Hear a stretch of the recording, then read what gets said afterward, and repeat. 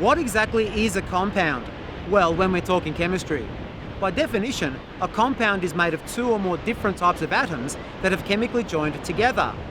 The most well-known compound is water, which has the chemical formula H2O. Each so-called water molecule is made of two hydrogen atoms bonded to one oxygen atom. And since, as we've seen, atoms are really small, a single wave of water contains trillions of these water molecules floating around each other. However, we haven't yet covered how atoms bond together. What makes one atom stick to another atom? And why are only certain combinations possible? Oxygen has 2 electrons in its inner shell and 6 electrons in its outer shell. However, the outer shell can hold a maximum of 8 electrons. If a hydrogen atom crashes into it, the hydrogen atom's nucleus attracts this electron into its electron shell, and the oxygen atom's nucleus attracts this electron into its outer shell, and the two atoms form a bond. However, the oxygen atom's outer shell can hold one more electron, since right now it has only 7, 6 blue and 1 pink. An atom with 7 electrons in its outer shell is just not stable, that is, it's very reactive.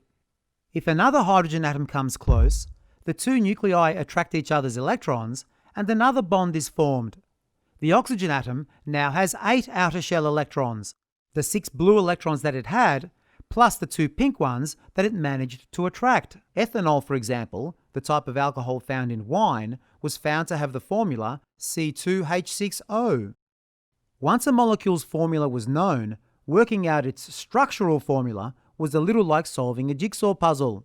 The gas methylamine, for example, was found to have the formula CnH5. How do you arrange 1C, 1N and 5H atoms such that each atom's valency is satisfied?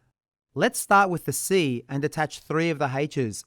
This leaves room for the N to attach, and we can then attach the last 2 H's onto the N. Now all the atoms have made the correct number of bonds.